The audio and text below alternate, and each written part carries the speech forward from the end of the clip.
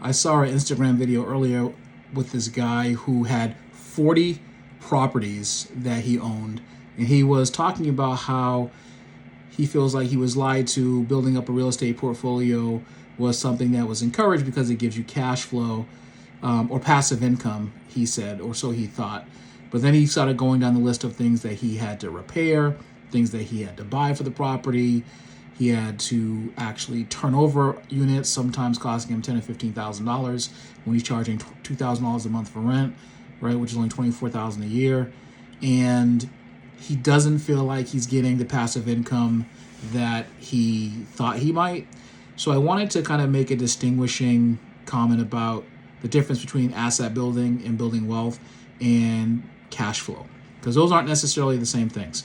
So one of the things I think that he missed was the fact that when you're building a real estate portfolio, you are building assets that will cash out if you choose to sell them because they're growing in equity over time, right? So you are building fundamentally on in your wealth statements net worth. So with every piece of real estate that you buy, that you increase in value, that appreciates in value because you bought it, you are building longer term wealth because of the ability for the equity in your house to go up and therefore to increase your net worth without you having to run out and actually dollar for dollar go out and try to generate income. There's a huge difference between that and cash flow. And so one of the things I commented on his post was, if you want to build something that cash flows actively, I don't think that there's much, I don't really fully buy the passive income thing where you can just kind of turn something on and then it cash flows automatically. There's always going to be a level of work associated with that. Instead, if you want extreme cash flow, as opposed to just asset and wealth building long term, which is you can do both at the same time, I think that you should maybe invest or run a portfolio of small businesses.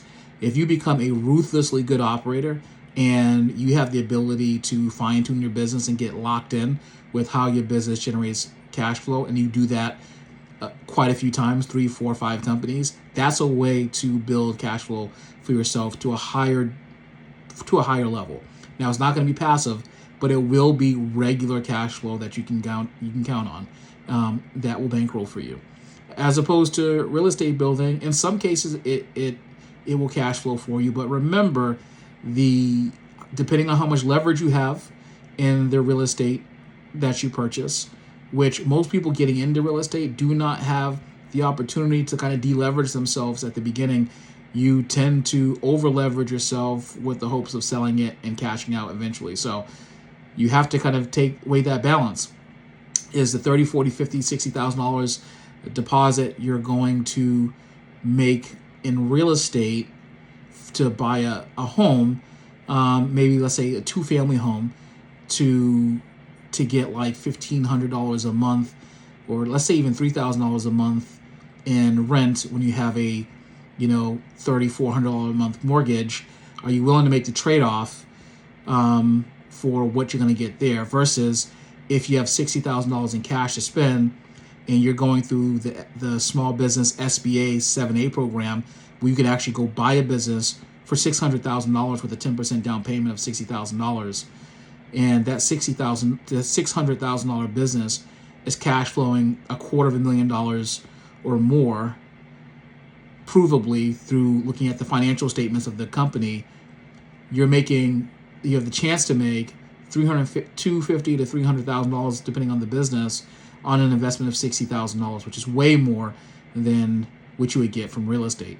So I don't know if there's a right or wrong answer. It just depends on what your goals are. I think ultimately speaking, like if you want to get into the business world, this is what you kind of consider.